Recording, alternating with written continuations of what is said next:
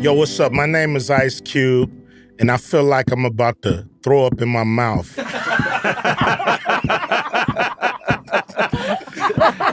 About my homie Conan O'Brien. You can't even say my name. You're so disgusted. That's how you feel about being his friend. Wow, that's incredible.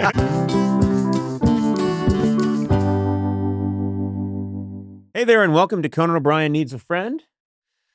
I'm blessed with two good friends, but they're not with us now. There we go. Instead, we have Sona Movsesian and Matt Gourley. That makes me feel more comfortable. Yeah. How are you guys? I'm good. Everyone good? I'm doing all right. How are you doing? I'm doing okay. I'm doing pretty good. Yeah. You ever wear contacts, Sona? I've been wearing contacts since I was like 12. I started trying it recently. Yeah, we just know. Out of convenience. I thought, if you don't have your glasses on you, and I've always had great vision, and then over the last bunch of years, more and more, I needed glasses to read. And then someone said, "Hey, try these contact lenses," and I'm doing it more and more now. Yeah. And I don't know, what was your experience with them? You were struggling at first. I really struggled because I was fine. At I'm 12, eye-phobic. I was fine. I'm Yeah. eye-phobic. I don't like things getting near my eye, and then suddenly the people would say, "Oh, it's easy. Just jam this onto your eyeball." This reminds me, we were going to do a whole thing where you brought your contacts in and tried to get you to put them in. Remember we talked about this and we were going to do a follow-up. Now I've gotten good, so it wouldn't even be a good segment anymore. Okay. Now they come in, they go out. I put them on. What's weird is the one on the right, my right eye is for reading, and the left is for slight correction on the distance. Ugh. Is that how do you read like this? Then? I know. They told me, you get used to it. Wow. Is that what people do? Or am I being sold a bag of hash? I don't know. I think they had two leftover contact lenses. So you're saying I got scammed. I think they they're- did go, and I did notice when I left, everyone was laughing. Yeah, one of them's a colored contact lens. Yeah, You can look I like tell Bowie. you, if I did see you come into my office, I would say anything just to upsell you. So Yep. like, I feel like sometimes. And I did a lot of bits that day. You did. I was there. I know. No. We talked about this, Yeah. but I went in hot. I was doing so many bits for everybody in the waiting room. I was killing. Yeah. And to the point where I just kept wanting to go back out to the waiting room to I do more know. bits. And they were saying, we've just put something in your eye, to dilate it. You've got to settle down. And I'm like, no, I didn't get that lady in the corner. She's tough, but I'll get her. It was insanity. Yeah, well, I think that what I'm saying is like they did that to you and they don't normally, so that both eyes get worse. So you have to keep going back to the eye doctor's office. Why would they do that? And they know you're like needy and you need to get that woman in the corner. So you keep going back She was and a then plant. they keep upselling you. I think Yeah, they were she's telling a me. plant. They were telling me, so this is interesting. This is what businesses could start doing. Putting a plant in whose job is not to laugh at anything I do. Notice the bookshelves were lined with Robert Caro books too? Yeah. But no, have someone who doesn't laugh, and I'll just keep coming back to your tire store and buying more winter tires in Los Angeles. Tractor tires. Yeah, Yeah. tractor tires, every kind of tire. And that's the trick to get me to come in. They want me to come to their restaurant, just hire one waiter who just never gives it up. Yeah. And I'll go back every night. Yeah. Hey, look at this impression. Hey, wanted the chicken cross the road. Yeah, I would totally upsell you all the time. You're also very trusting. I feel like you just believe people. Okay, do you think I'm asking the general community of ophthalmologists. I have one contact on my right eye, which is a completely different strength magnification than the one on the left. Is that crazy? And I keep crashing my car now. Well, both eyes are not never, but they're not usually the same. Right. But it's weird I that think one they is made- for reading and one is They not. made the case that your eye your brain figures it out, and then you start. I think Eduardo, so. you're nodding. What do you know about this? What you want to hear something really hilarious? Yeah. My ophthalmologist just called me as you guys were having this conversation. Okay. But Why? anyhow, Let's ask the question. I almost answered so that you could ask the ophthalmologist. But anyhow, no, it's completely normal. Your brain tricks your eyes into settling. In your case, adjusting to one. So this being will, different so than the this other. will adjust. Yes, I absolutely. mean, I think it already kind of has. in Did a you way. ever have part of the progressive or upsell. bifocals? Because you get Yeah. used to that too. Yeah, I did. I got Yeah. used to that. Yeah. Okay, so I just wanted to put it out there. Sometimes I like to use the podcast to just discuss my medical maladies Fact and see check. if I can get free advice. Yeah. Like Fact someone check. will, someone will call in and go, no, actually, that's a pretty wise course of action. Or else, no, you've been played for a fool. Your Yeah, eyes yeah, are yeah. bleeding. We should tell you. Oh, they Just- always bled. okay. They always bled. All right. Yeah, Yeah. that's. But yeah. I would lie just to make you keep coming back. Like if I was your dentist, I'd be like, you need braces. And then I would sell you braces. I would like just to see me and giant headgear. Yeah. Giant And I'm head like, the hello whole and night. welcome to Conan O'Brien Needs. And a neck brace and then Yeah. those I don't have a casts date for the prom. Put your hands up here like this. I'm in my early 60s and I don't have a date for the prom. What about? Well, this is really fascinating. The other thing I thought I could do is get a monocle. Oh God. For Conan. reading. Really? Can you imagine if I had a monocle? Because one of the Yes. things when I got glasses, I was so happy because you can do bits with them. If I had a monocle and it had one of those like strings on it, Yeah. and like Colonel Clink and Yeah. Huggins Heroes, I just had a monocle in this eye for reading. But then if anyone said anything slightly shocking, it could drop out, which is Just for the bit you want it, you're I saying. want it for the bit. Yeah. More and more, if I thought there were a lot of good bits to like a prosthetic foot, I would have my foot Oh taken. my God, Conan! No, Why if I don't thought you, they were why don't really you good- start with the monocle? No. Start with Yeah, the monocle. start with the monocle. There are a lot of bits to I'd one just leg. it'd be someone. Oh my God, Yeah. I don't have a leg to stand on. And I'd pull my foot off, and then even those people that were hired not to laugh at me There's so would still many. laugh. Let Oh me my put God! let me Oh my put God! He foot really down. did take his. Let me put my foot down. What yeah, else is there? yeah. I'm gonna do some soul searching. Found it. Yeah. I mean, these are good What a bits. heel. Yeah, whatever. Look at Yeah, this. yeah. You're liking it. The podcast would. I'm in. How many times it would come across? It would Yeah. help the podcast. Yeah. My So- grandpa had one leg. What's that? He did. Did it? My met your Kiko did dad. it. Mine- No, not that did it. My Wait, how many dad's- dedes do you have? I had two dedes. Well, I don't know in your crazy culture what you got. Maybe you got 7. Most people, everybody has two like grandpas Well, I didn't have 2 biologically. dedes. I had 2 grandpas. Well, I had 2 dedes. Well, so stop that. one of the dedes had Isn't one dede and the other like data or something? Do you no, have a one different? is one. They're both dedes, but one of the dedes didn't live that long. So he's so- dead. The dead dead? Dead is dead. I had a Kiko Da-da-da-da. dede, which was my dad's dede. I mean, my dad's dad. And then Your I dad's had dad's. I had a Tanya dede, who was my mom's dad. Okay, No, what the fuck you. that's Fuck Gourley. you. You wish you had a dede. Hey, Fuck my you. grandpa had one leg too. He Yeah. also had the other one. Okay, Oh, nice. boo. Nice. You know what? This might be the best intro ever. But Sona, Yeah. he had one leg. Why did he have one leg? Because he had diabetes and they Oh, had that's to not cut one fun. of, and he had a It's wooden better if they leg. fall asleep on a train track. That's a better story. That's better than diabetes. Yeah, diabetes is just like, oh, that's no fun. But the train track is gruesome. Like, But it's a better story. oh yeah, you're From right. now it on, is. just say, well, he was a hobo for a while and he fell asleep on the train track. But just one leg. Well, his blood sugar was a little out of alignment. That's not good. Yeah, but he had like one of the wooden ones, like Whoa. What? Yeah, like a wooden leg. Now they're cool. Did you now ever buy him a there's parrot? That's just be a fun thing to Conan. get. No, Yeah. I didn't buy a parrot. Okay, What was- so and he it- had a wooden- I had to fuck you. he had a wooden leg. He had a wooden leg. Did it bend Who in the did? middle? No, Or it was that his leg was cut at the knee, and then he would sometimes take it off to show us his Oh. his stuff. It was made of wood. Yeah. When was this, like 1911? It was the 80s. That was alive in the 80s. I know they had better stuff than wood then. No, they didn't. Sure Did they they? did. Yeah, they Did had they? Yeah. They Yeah, had but a- he's not going to be on blades, like the Paralympians. That'd be great if your dad had been on a blade and his so one leg walked at about 2 miles an hour and the other leg went 65 miles an hour. So all he did was go in circles really fast. But a rollerblade. Oh my God. Yeah, no. I swear to God, there's an opening to the podcast here somewhere. But ugh. anyway, yeah, can you imagine if I had one blade on my and then I had a different contact and one eye? No monocle Yeah, and headgear and headgear. braces. There we go. We You'd wrapped be the it all up. coolest guy in the That was world. nicely done. Here he comes. Doing, doing, doing, doing, doing. I can't see where I am. And I can't see where I was. My guest today. Settle down. My guest today is a founding member of the legendary rap group N.W.A. and has appeared. There's no way. I can't believe this is the intro for him. And has appeared in the legendary rap group N.W.A. and has appeared in such movies as Boys in the Hood and Barbershop. He also founded the 3-on-3 Basketball League. This sounds cool. Big Three, which is currently in its 9th season and can be streamed on Paramount Plus and Fubo.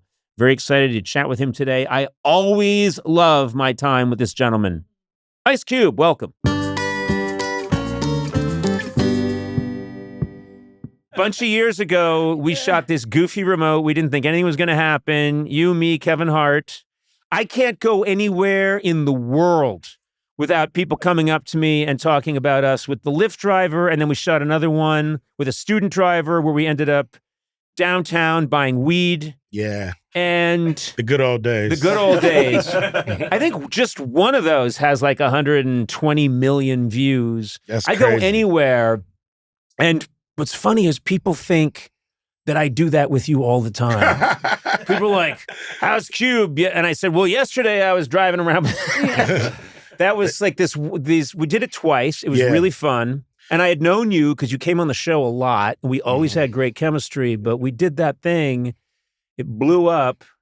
I think half of it is you and Kevin just making fun of me, which was, people seem to enjoy that. Yeah. It was totally improv, which was so cool. You know, when I heard, I said, we're doing Conan on a Saturday? How? Yeah. You know, he's like, no, we're going to do a skit. And I'm like, well, what's the skit? We're just looking for pages. No pages. You guys are going to just, since you're doing a movie called Ride Along, you guys are just going to, call a Lyft. When they pull up. And it wasn't set up. The guy didn't know it was going to be us. We called a Lyft. Call a Lyft. They rushed the guy. I think they gave him, $120 or something. Yeah. Put all these cameras in his car. Yeah. And we jumped in and had fun. I said, Conan is being cheap, man. We don't have no script.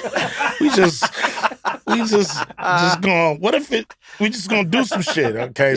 So it was funny because it was so real. Yeah, so it was very real. And you can't script stuff and like that. You You know what I mean? kept saying you wanted to put me out on the street as a male prostitute.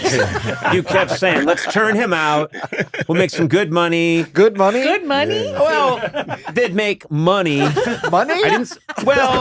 They might get like a chicken as barter. They might get, they could trade something. Maybe. I mean, have you seen the hoes on Santa Monica lately? I mean, he would have made some money because he would have made some money. If they making money, he would have made some. Oh man, no, just great chemistry, and we've done a bunch of things over the years. I love you were. Oh shit. Oh, man. That's your agent saying, Yeah. I tried to cancel the Conan thing. I tried to get you out. I know you said no. It's too late. I'm already here, man. All right, I hit you when I get out of here. And you're fired. You know what? It's so funny to me because it's fascinating to me that clearly people that are funny were always funny. So you play comedy so well. You must have always been funny. It's interesting because when you first showed up on the scene, with N.W.A, straight out of Compton, you show up.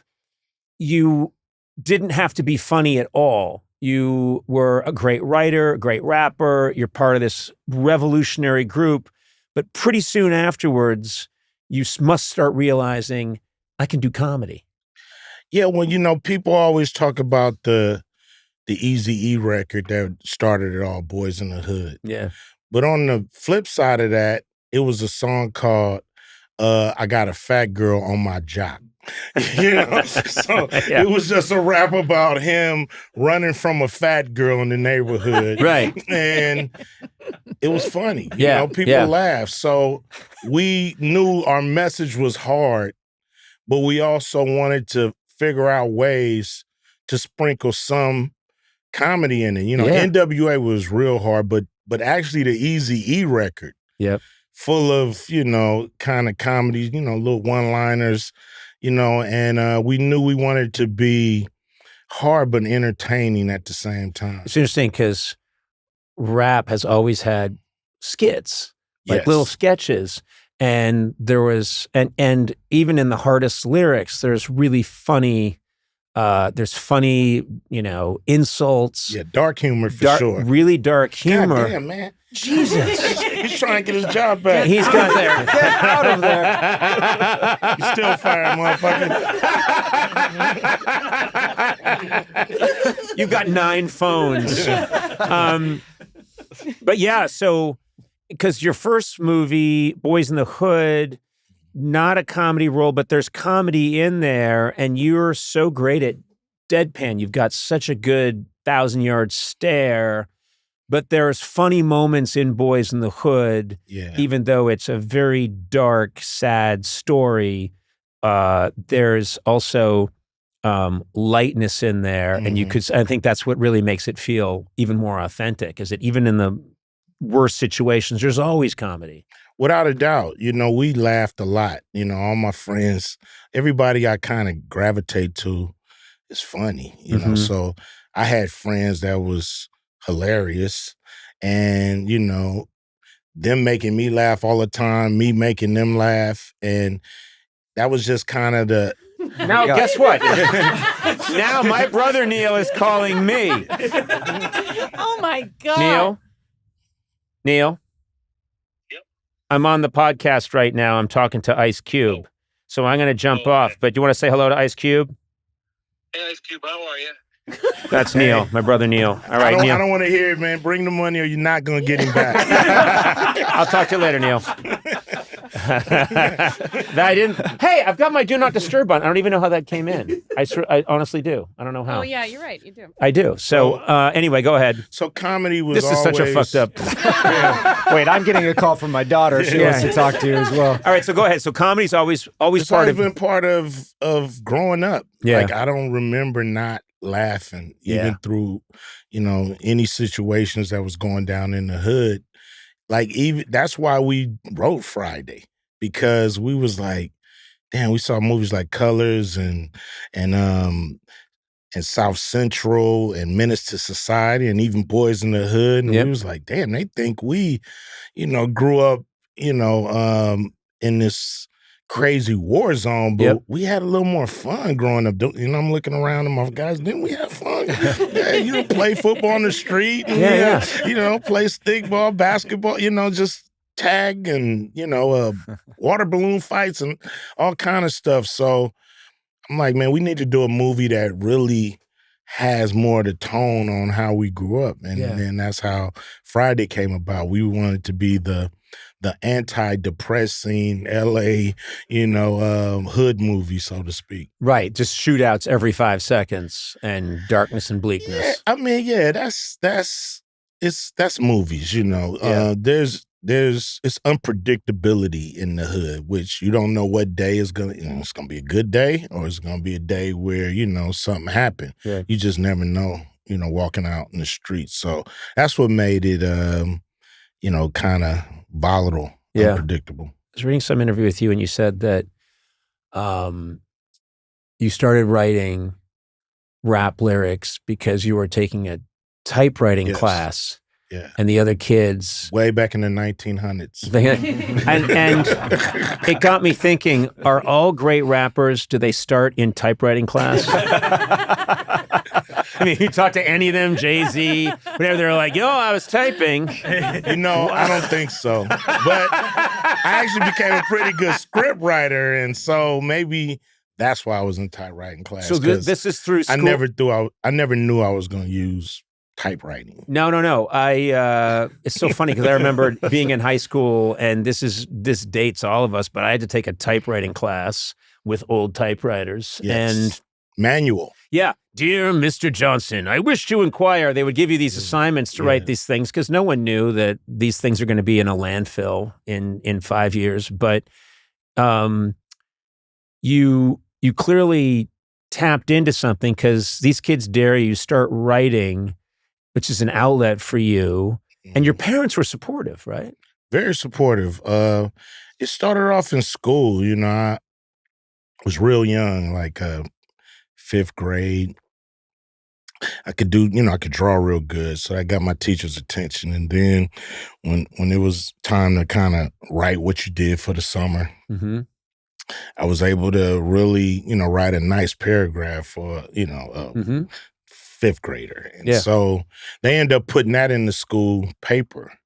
So as a youngster, I'm running around with this it wasn't even a paper, it was like a pamphlet, pointing, look, my little, essay or whatever got used. Yeah. And you got positive, affirmation. You did something and it was singled out, which is huge when you're that age. It is. And then they came to me when I went to the 6th grade. They was like, do you want to do a speech for the class? Like, do you want to talk to your graduating class?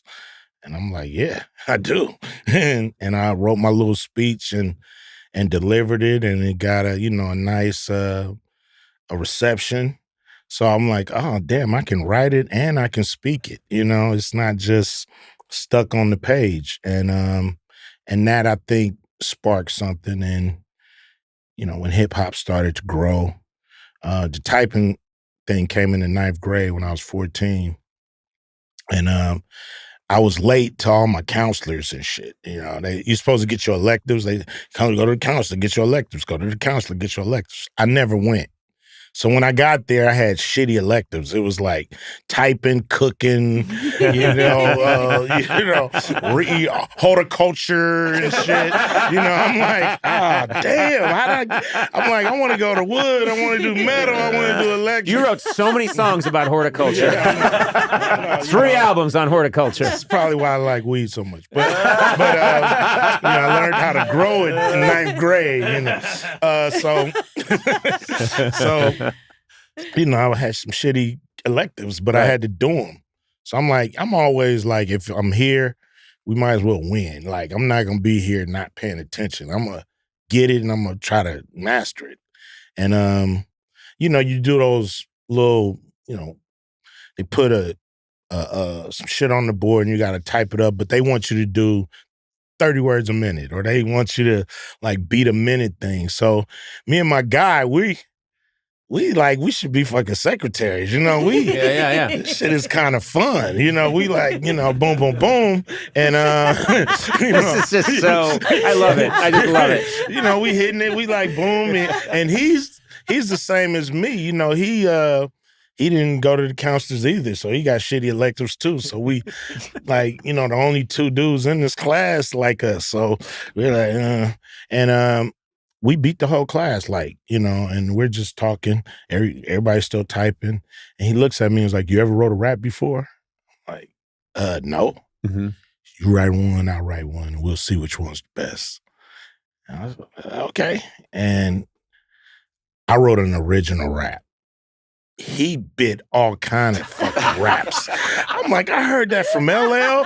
That's a line from the Fat Boys. That's from Curtis Blow. Like, dude, you cheating.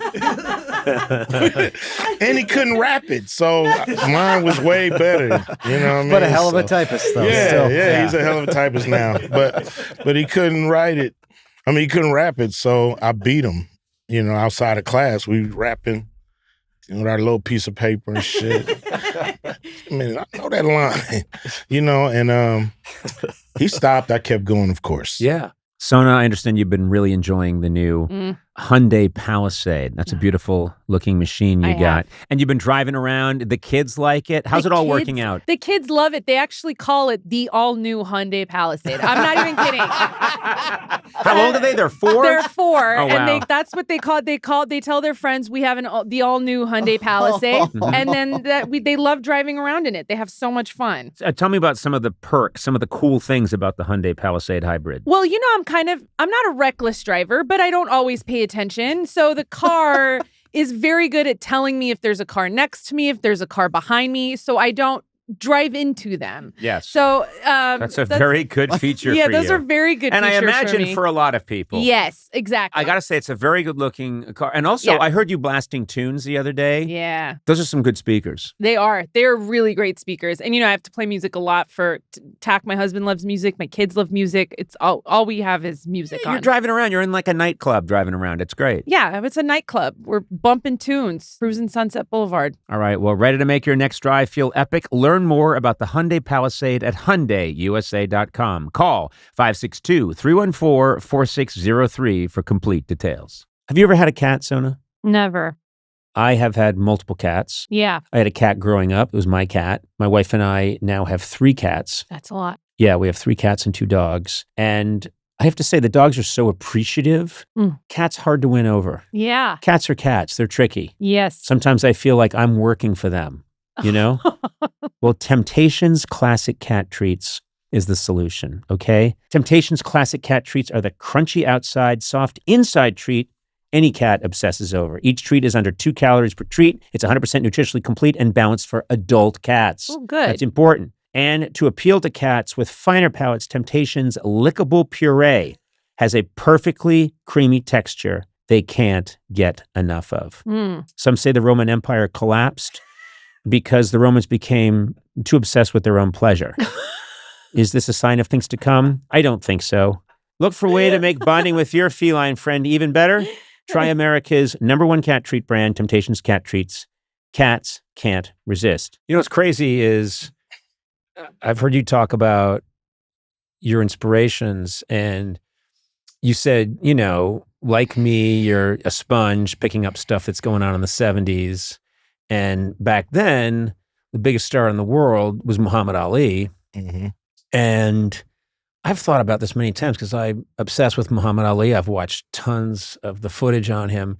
He does feel like the first rapper in some ways because he loved poetry and he had attitude and he could back it up. And there you go. Yeah. And so you're tuning into people like Muhammad Ali or Richard Pryor. They didn't necessarily, not necessarily other rappers, but people that displayed an attitude and a defiance. Yeah. James Brown too. Yeah.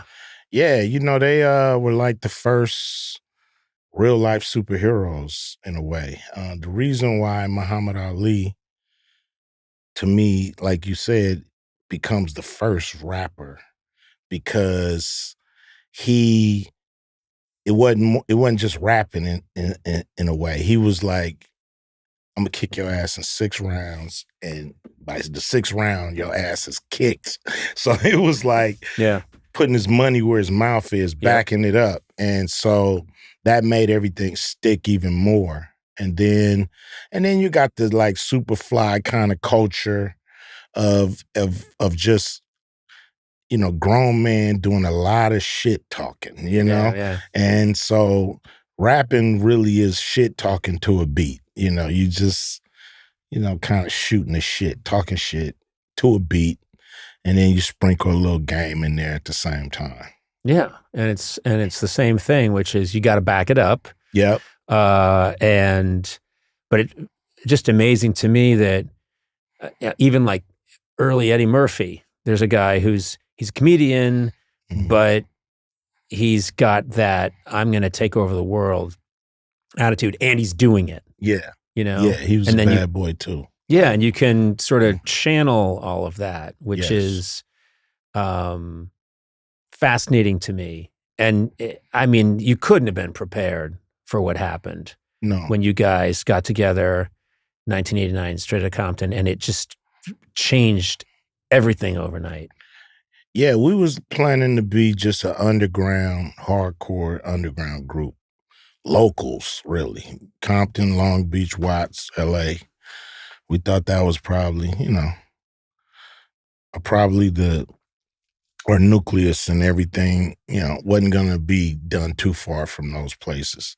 That was our mindset because we felt like the music we doing is too hard, too much profanity, and it's too L.A., street culture. Yeah. So why would someone care about niche-y, this? It's getting more niche and niche to, we feel like we're gonna be some neighborhood stars though. Like we gonna run Compton, Watts, Linwood, Long Beach. Like we running this. But far as being big as Run DMC or big as, LL and, all those super groups that we looked up to, we had no idea we would ever sniff that kind of fame. Yeah. And it happened fast. Overnight. It was like an article in the LA Times by Bob Hilburn. Mm-hmm. And it just took off from there. Like everybody was on us. And we had some singles out, but when we put that album together, it just exploded. Then the record, Brian Turner at Priority Records calls us, "You got to get up here. You guys got to get up here." What's up? You want us up there? We go up there. He's like, "Man, did you see this shit? Did you see this?" He's showing us a letter from the FBI. Like, "Man, I just got this, man. And man, well, this is crazy. What we gonna do? And Eazy was like, "This it? This all they do? They not coming? No Batarang, no fucking LAPD, no fucking, You look at it and go, I'm it's like, well typed. Yes, scary. That's a Corona. Yeah. So we was like, it's like, what the fuck is he so upset about? And he's like, "Man, it's the fucking FBI." We so naive. Yeah. Okay, man. And then Eazy like, "Sound like publicity to me, man. We should tell everybody they trying to intimidate us."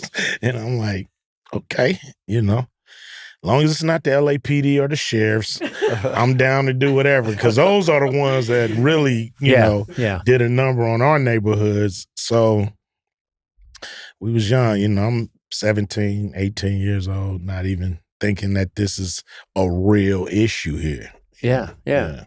That's interesting that Eazy-E's a fascinating guy that in that moment he could see, oh, this is an opportunity. Yeah. This isn't a bad thing. This is a good thing. That's why he's brilliant, because he said the music was going to be big.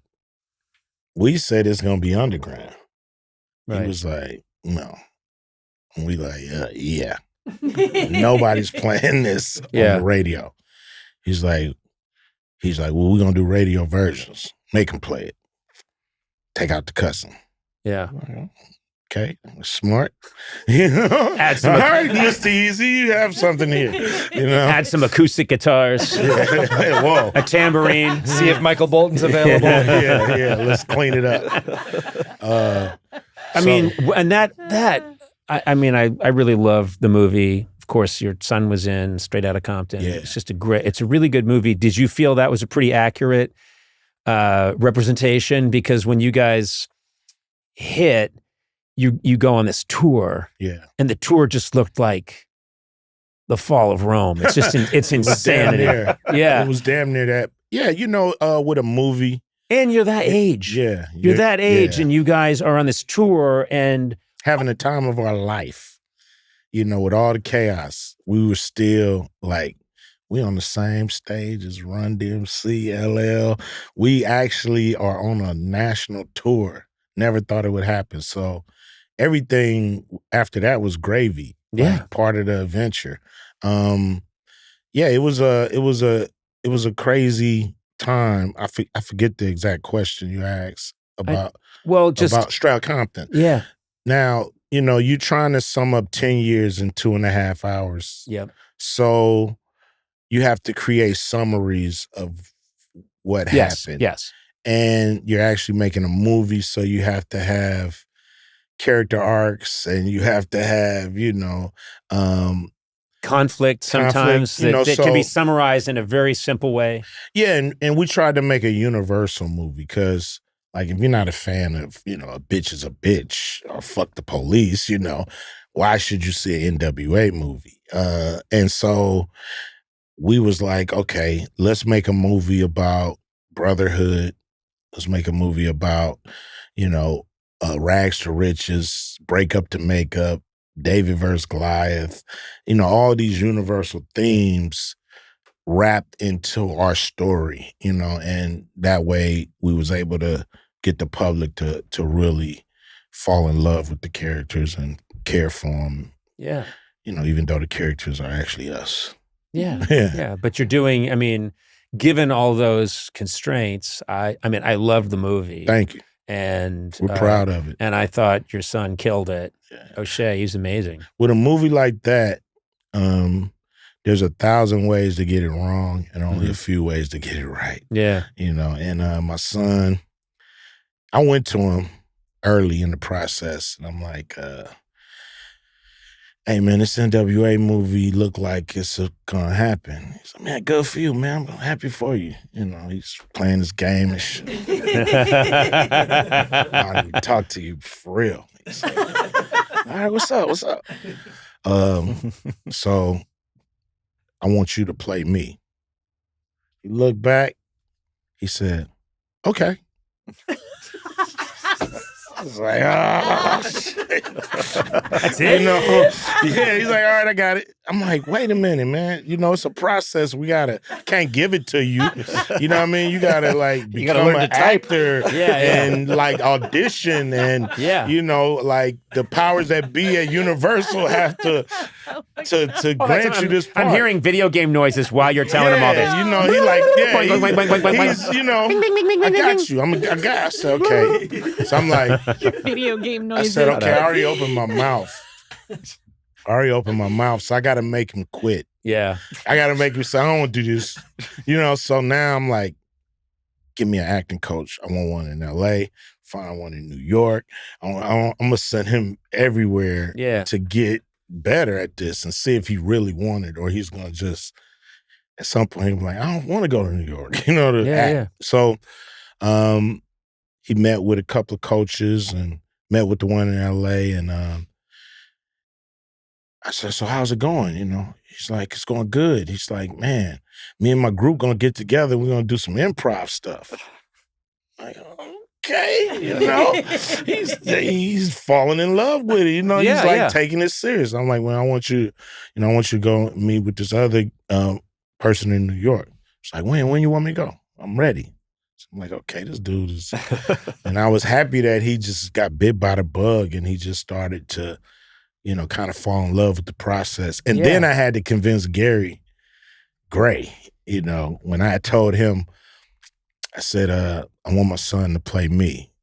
He was like, man, God damn, Q. I thought we was making a real movie. I said, look. I said, we are making a real movie, man. I said, he's going to be great. Now, you're going to help him through this process like John Singleton helped me with Boys in the Hood. You're going to help him, and he's going to be great. And he was like, man. So he was looking at me sideways till the auditions. So now the auditions are here, and my son got to go. I'm not there. I sent him. He got to do a screen test. Mm-hmm. I'm like, I don't want to have no influence on nothing. Right. Either you're good enough or not. And he gets there, and there's 4 other Ice Cubes there ready to audition. So now he's pissed. He's like, y'all trying to take this out of my mouth? So he really turns into Ice Cube and gets the part. Gary calls me, he was the best one. He's good, and they, I told you, I told you, man, and now he's doing Star Wars. He's doing Godzilla. I can't get those damn movies. He's doing. It'd be great if you also auditioned to play Ice Cube, but he beat you. Yeah, he beat me and turned me down. So he's more Ice Cubey than you. Yeah. So that's. What's crazy is I was thinking about it. You've.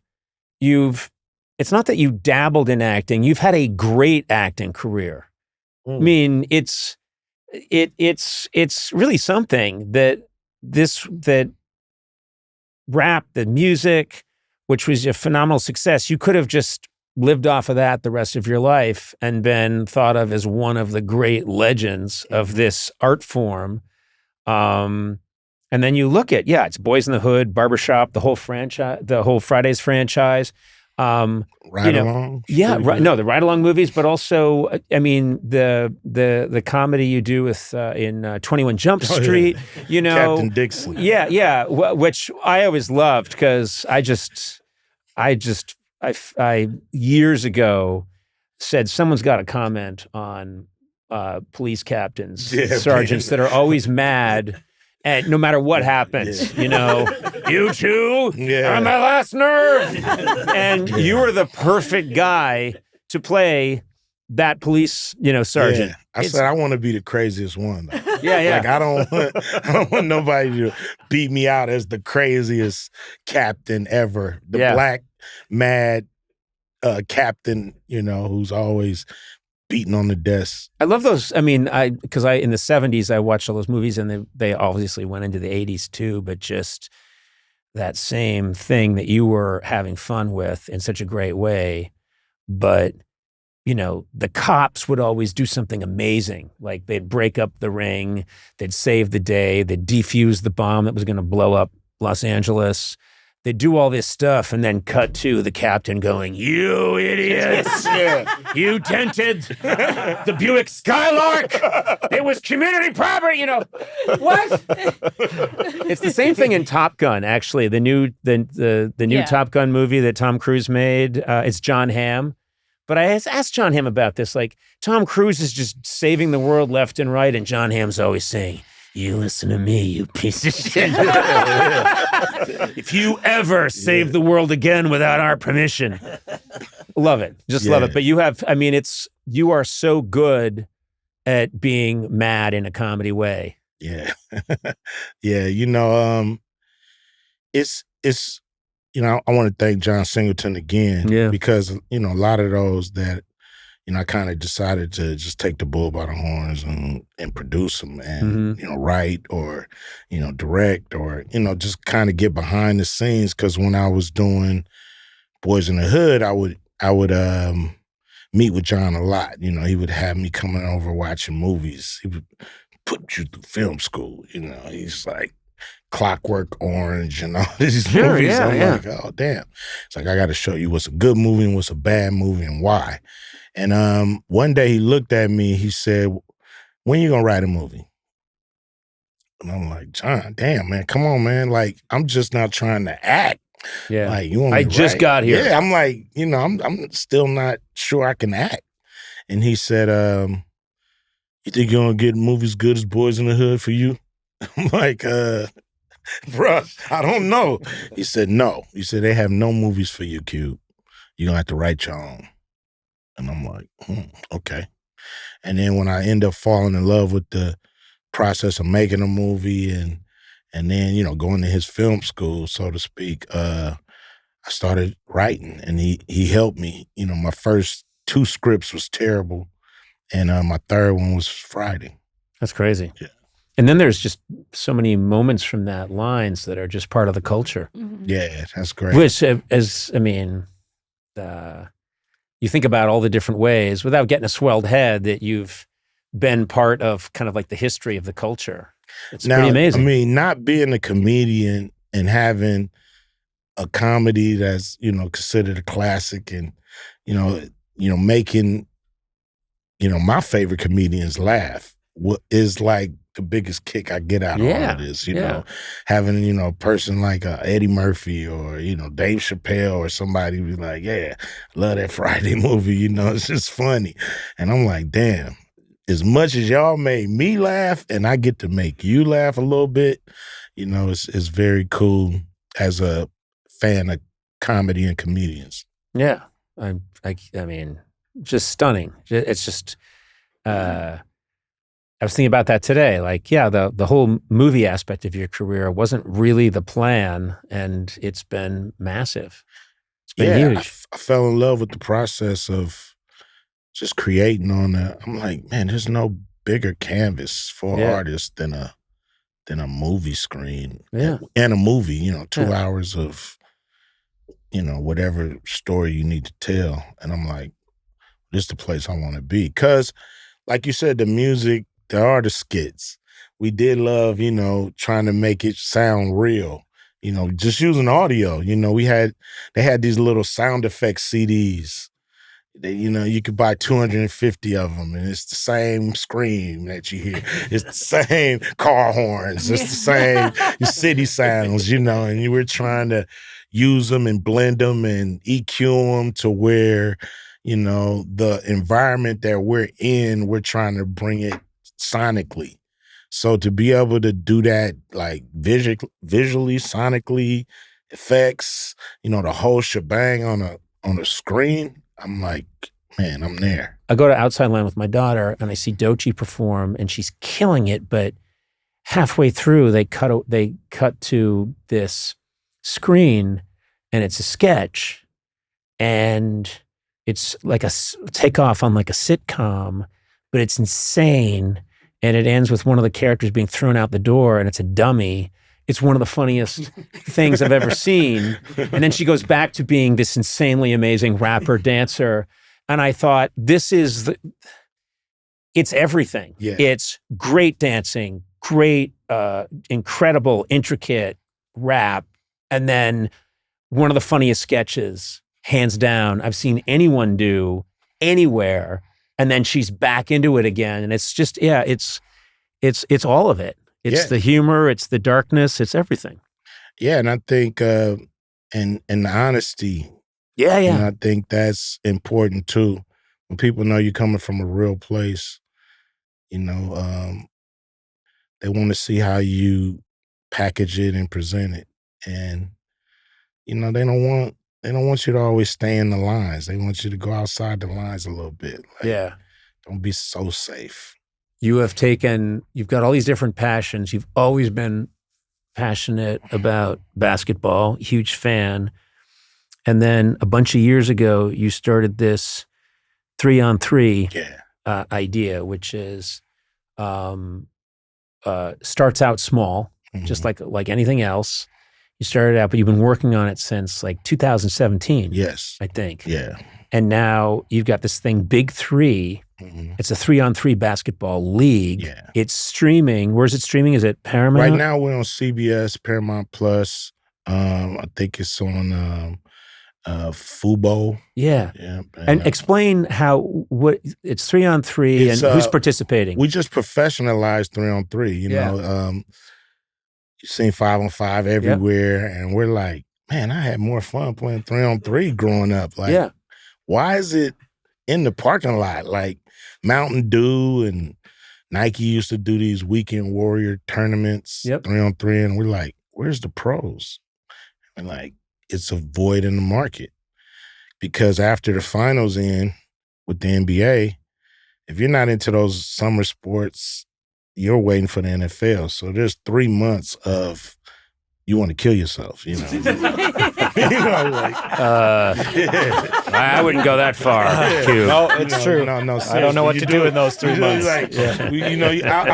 After 40 years of that, I couldn't take no more. I'm like, so this is way fans can be watching, and who's playing 3-on-3? There's some players that used to play in the NBA, former NBA players. Some of these players play in other countries all around the world. And it's just the best of the best at this format. A lot of guys that's in the NBA wouldn't be great at this format because some of those guys are specialists. They're a three-point guy, they're defensive guy or whatever. You have to be an all-around player for 3-on-3. Like pass, dribble, shoot, defend at a high level, or you're going to get exposed. Yep. So we're kind of developing our own athletes that can play basketball on this level. And if you look at what we're doing compared to the Olympics, it's night and day. The Olympics feels very amateurish. Yeah. Well, it is amateur sports, but ours, feel, more like the NBA, more like a pro experience. You guys have a 4-point shot? 4-point. How do you get a 4-point? We got 3 4-point circles. So, one of them's in the middle and 2 on the side. And if you just have a fingernail touching one of the circles, it counts. So, but if you shoot that far and not touch the circle, it's just a 3-pointer. So how do you get the 4-pointer? You got to be standing on the 4-point Oh, circles. you can get a 4-point. Okay, so you got to shoot from those areas. Okay.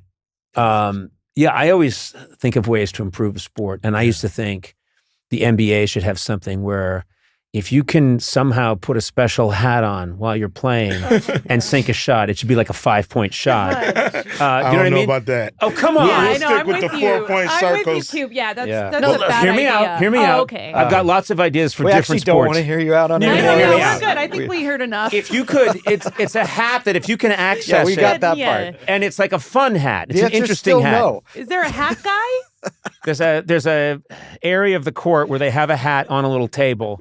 If you can get that hat on and get the shot off, and it's in a certain area, then it's a 5-point shot. Okay. I also think in baseball you should be able to choose which way you run. I like So this. when you hit the ball, you can run to first or you can run to third. I Once think you that's pick a great. direction, you have to stick in that direction. You have players crossing each other on the baseline. This is a better version Hey, of baseball. I If we could agree. add a hat to that, No, a funny hat- Oh, that think hat sucks. I think I saw that on Banana Ball. Do you play? Definitely not. No, You but I know, mean for we're fun. serious. No. I know. Okay. I know that you don't play in the league, but do you play a lot? No, I retired. I went to the podium. You didn't see me at the I podium? did. I saw retire. that they lowered a banner. Yeah, all that. So I'm done. Do you shoot around then? I shoot around a little bit, Yeah. but I kept seeing some of my friends who are amateurs for sure getting pro injuries. They were like popping Achilles and, tearing knees. And I'm like, who needs this? Like, why would Ice Cube be on crutches? And people say, what happened, Cube? Do you talk I about was yourself? playing Do basketball. you talk about yourself? You often talk about yourself in the third person as Ice Cube. It slips out sometimes. Too. Ice Cube wants Yeah, pudding. yeah. Okay, I'll get you pudding. Yeah. It does slip out, and I kind of catch myself. Like I remember just do when we that? shot the second remote, driving school remote, we go downtown, and then I think it was your guys' idea that we should get weed. We stop off a dispensary. that was your idea, man. Come on, let's go. Oh, Let's go. please. I would never. No, he wanted to add a hat into it. Yeah. I wanted to go hat shopping. You and Kevin Hart fucked up that idea. But we get all this, we buy so much, and we stock the car with it. And then the remote's over. We end up in a parking lot somewhere. I'm thanking you guys. SUVs pull up.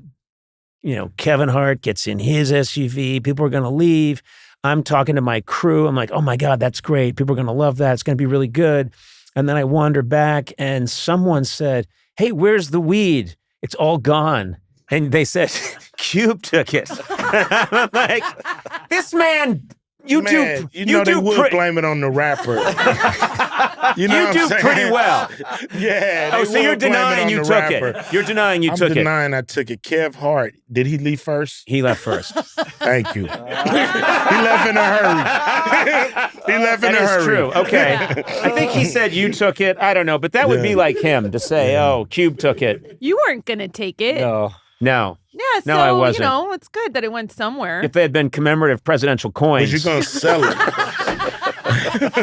Who took the Martin Van Buren coins? Don't look at me. Did you say he was gonna sell it? I was Oh my asking him, God, was you going to love- sell it if you... I would love Why are to you see looking for the weed? I would love to see you try to sell Sell weed. weed. While you're turning tricks on Yeah, Santa while I'm turning Monica tricks. Boulevard. Yeah. Hey, buy my weed. If not, I'll blow you. Wait, you're What going is- to blow people to buy your weed. That's I know, what the is this- incentive What to is get this the weed. business proposal. I I'm don't throwing get in the it. blowjob. That's just, this is a good businessman. You have to have a multi-pronged model. It's your loss leader to get people in the door. If you don't buy my weed, I'll blow you. That's terrible. Come on. That is Why don't you want this weed? I said I'd blow you. What the fuck happened here, Cube? I don't When we get know. together, it's good, but it's also Is it his Yeah. fault? This is. Now I'm gonna blame you. I know. You took the weed and you got me into this blowjob thing. No, you derailed it at hats. Okay. Let's just. Okay, well, Sona, before we Yes. go, you talk all this shit about Cube all the time. Now he's here. So why don't you dare talk to you? him? man? No, Yeah, there's why don't you tell him? What Hold shit? on. No, What's I'm going not. on? There's 3 LA natives in this. Me and Eduardo and Matt, and the 3 of us. I mean, what you've done for LA is huge. Yeah. And you know what? My cousin from Australia came, on his honeymoon. And I said, where do you want to go? Anywhere in LA. And he says, I want to go to Compton. and so we drove around Compton. Really? Yeah, we really did. It's like Disneyland now. Yeah, I mean, he's just like, because that's like his mind, that's LA culture is driving around Compton. So yeah, I'm not. And you're just a prime because how old you would have been pretty young when Straight Outta Compton came out. I was, yeah. I mean, I was born in '82, but I was in high school when it came out. It was huge. Yeah, it was huge. Well, I was fucking around. Where was I? In Boston? I don't know. It doesn't matter where I was. You were not listening to Straight Outta Compton. No, I was listening to, You were listening to some 1920s record that, like... Button up your overcoat when the wind blows free. I'd have a little put on the record. 78. Has the big horn. Take hold, cat of yourself. You belong to me. Odie. I can't wait to meet Cube. You were and tell him about my to Rudy Valley record collection. Straight Out of Brookline. Yeah, Straight Out of Brookline. It was pretty tough. Someone stole my fifth Eyes Odd shirt. Cube, every time I hang with you, it's just a great day. It really is a great day. You're just a phenomenal force. I'm so happy for you. I want to check out this Big Three, so I'm going to start watching it because I really got into the finals, the NBA finals. And now we've, okay, I could watch World Cup. But, oh, wow. 1-0. Another exciting game. A lot of running. Running. Another play broken up. Take it That's easy. 98 plays in a row broken up. Fun's fun. Take it easy. Buy a hat. But now if they put a hat on. But Cube, so I'm going to check that out. It's Big Three. And excited to see it. And just come on by anytime because we love having you here. Love to be here, man. Anytime, man. Just you still throwing up in your mouth a little bit talking to me? A little bit, but I'm good. You know what I mean? I just need a Coke before I leave. You know what I mean? My taste buds is, All right. Big news, Sona. Yeah. Did you know T-Mobile recently partnered with the National Park Foundation? No way. Yep. They're making it easier to stay connected so you're free to wander. Well, that's really cool. And I love a national park. I really do. I do too. I've been to many of them, and I want to see all the rest. It's on my bucket list to see them all. Okay. Now, there's one thing you have to have if you're doing that, good signal. It's a priority. Do you know what I mean? You got your maps, your music, this podcast. Yeah. So take America's Best Network plus their off-grid satellite coverage with you. Look, we're all a little spoiled, but we like to have access to all our stuff. And suddenly you don't have it because of a bad signal. That's when I throw my phone into the Grand Canyon. Oh, okay. Literally filled half the Grand Canyon with phones. Then I got T-Mobile, never had to chuck them again. Good. So wander over to T-Mobile.com and switch. Best based on analysis by Ookla of speed test intelligence data for 2H 2025. Wow, that's some sentence. T-Satellite with capable device in most outdoor areas in U.S. where you see the sky. That's important. You got to see the sky. Yep. Service may be limited or unavailable. Included with Experience Beyond or $10 per month. Auto renews. Cancel anytime. That was probably meant to be said by a robot really quickly, but I just did it slowly so you could really understand. I was very fortunate to have hardworking parents. They modeled for me what it is to work hard. Let me bring up a snack that I think works really hard. Nutri-Grain has this, it's just a hard-working snack. It's a snack that gets the job done. It's made with 10 grams of whole grains. I'm just going off the top of my head. Yeah. I think it's 10 Amazing vitamins how and much you minerals. know. Yeah. I'm pretty sure there's no high fructose corn syrups.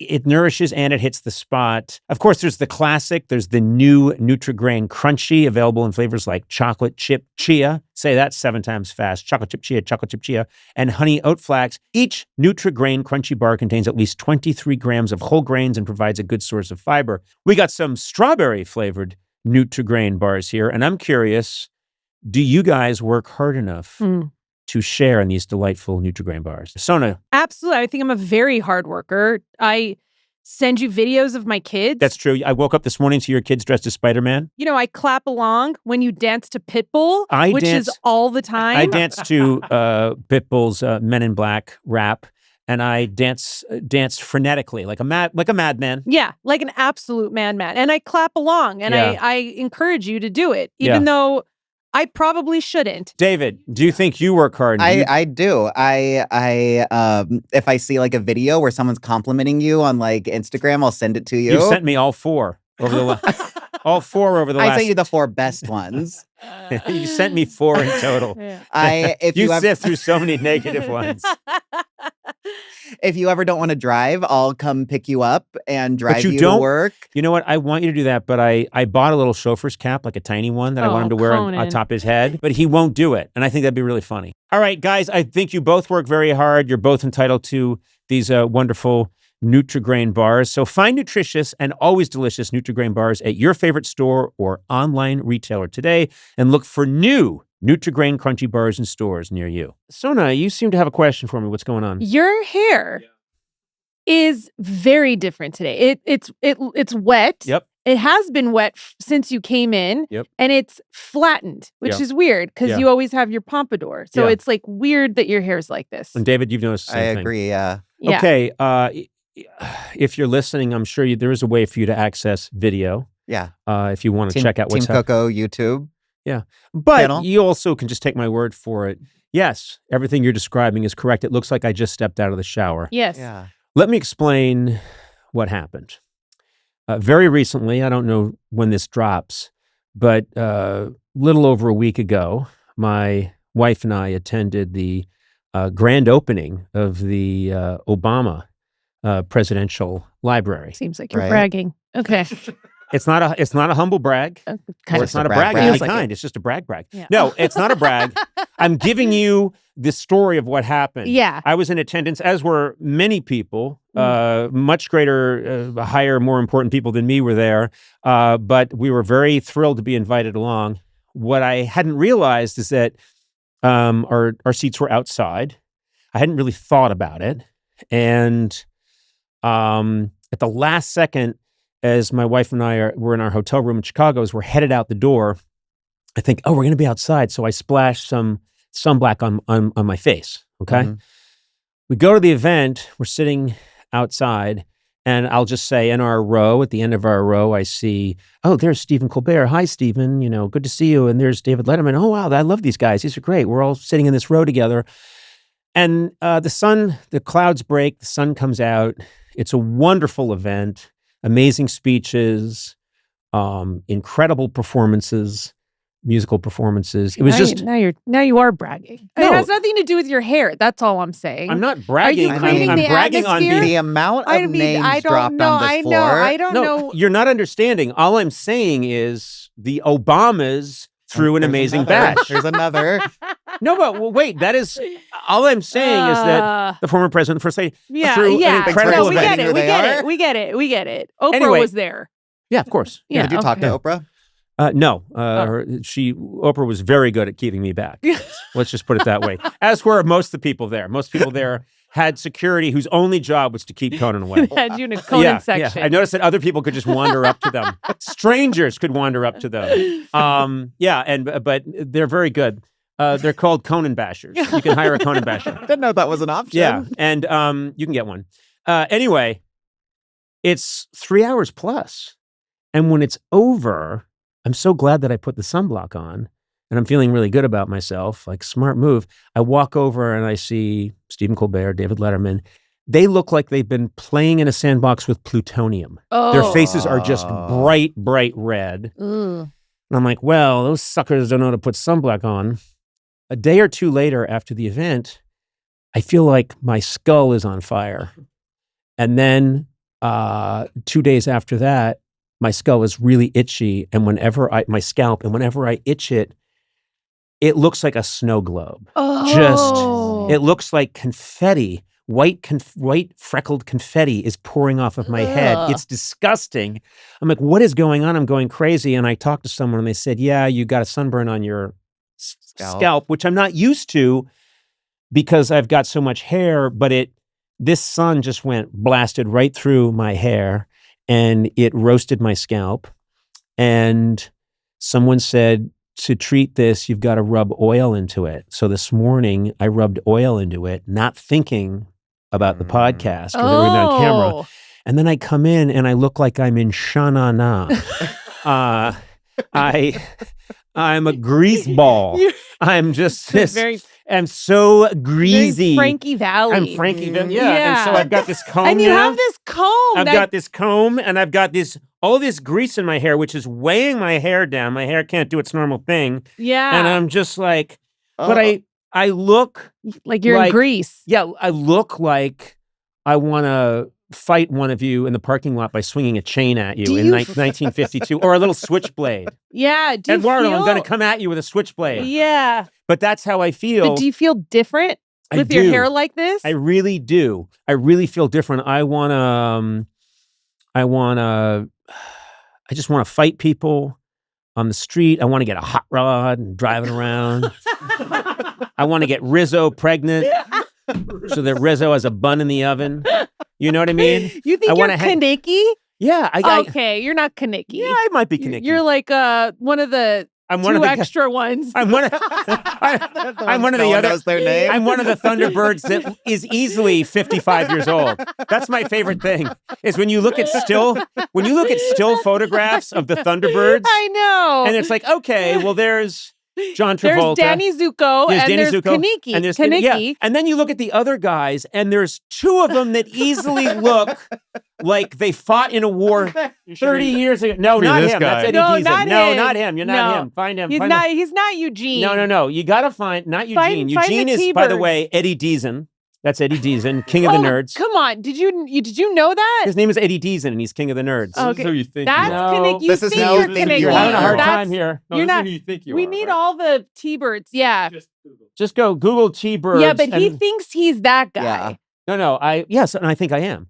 Conan. I want to put a cigarette behind my ear. And you know what? As a joke recently, David got me bubblegum cigarettes. So I'm going to put a bubblegum cigarette behind my ear. There we go. Okay. Look at the guy who's... He's in high school? He's in high school? Yeah. No, he's not in high school. He's a pipe fitter who fought in the Korean War. That guy's, I think he's 48 years old. At least. He just had a stent put in. It's unbelievable. They're like, you think you can play high school? Sure, I can play high school. Hey, what's wrong with your knee? I had it replaced. we just Photoshop Conan's face into that photo. Anyway, I know, we should. I'm a greaseball now, and I'm just going to keep rubbing oil into my head until my skull heals. What kind of oil is it? What is it? I just grabbed, they said, this person just said oil, so I got some WD-40. Oh. Okay. I kind of like this look on you. Do you really? I do. I think this makes you look very refined. Refined? Well, that would be if I combed it straight back. Yeah. It's sort of Michael Caine in Dirty Rotten Scoundrels. Yes. It's like Al Pacino in The Godfather. We don't have a mirror here because we suck. What? Well, we do. Come on. We've been doing this a long time, and there's no mirror. I never get any makeup. We're not a real urban. Oh, I do my own makeup. Maybe you can do your own makeup. So you like this? I don't hate it. I don't. You don't like I don't it, right? like it, no. It's very different, but it is like a Conan you know what this 2.0. This is undiluted fat Irish face. This is just big block of Irish face. Come on. I think the hair can at least obscure and soften. It's very Wall Street, which I think is like against kind of who you are. No, I think greed is good. No. I am Gordon Gekko. No. Yes, it's Gordon Gekko. No. In a world of Gordon Geckos, be Martin Now I'm just a Sheen. gecko. I don't know. Yeah. Now I'm just acting like a gecko. That's why you can never be like Gordon Gekko. No, that's why you can never be like him. That's why this hair won't suit you. Is because you do that we gotta stuff. Fix the burn. I know. When's your hair gonna stop? I don't know. It's just, it actually we should might get you have the. already. Isn't there like a powder sunscreen we can get for your scalp? I'm gonna order some for you. It's good assistant. No, you know what it's called? Wear a hat. You know who was wearing a hat? Hillary Clinton was up there wearing a hat. And it wasn't just any hat. It was, it looked like a giant sail on a sailboat. It was a huge hat. She's smart. Yeah, she's smart. She's laughing at me right now. Yeah, she is. And she's fine. She has no itchy scalp. She really doesn't. But it's been long enough. I really don't think that you have to deal with it anymore. Does your scalp even still itch? Like when I get sunburned and I do my skin starts This is my question. It's like a day. No, I know. That's what I'm curious about. It's been over a week. No. So something's, this could be a worse problem. Oh, come on. Don't Oh. do that. Don't get into that hypochondriac thing you I'm do. turning into Gordon Gecko. No. Or if it's plural, Gordon Gecki.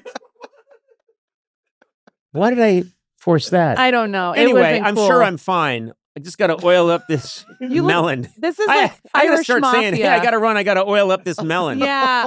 And I just said Irish mafia and you said oil up this melon. I got to oil up this melon. Yeah, that's not very Irish And mafia. then I got to go see Danny Zuko.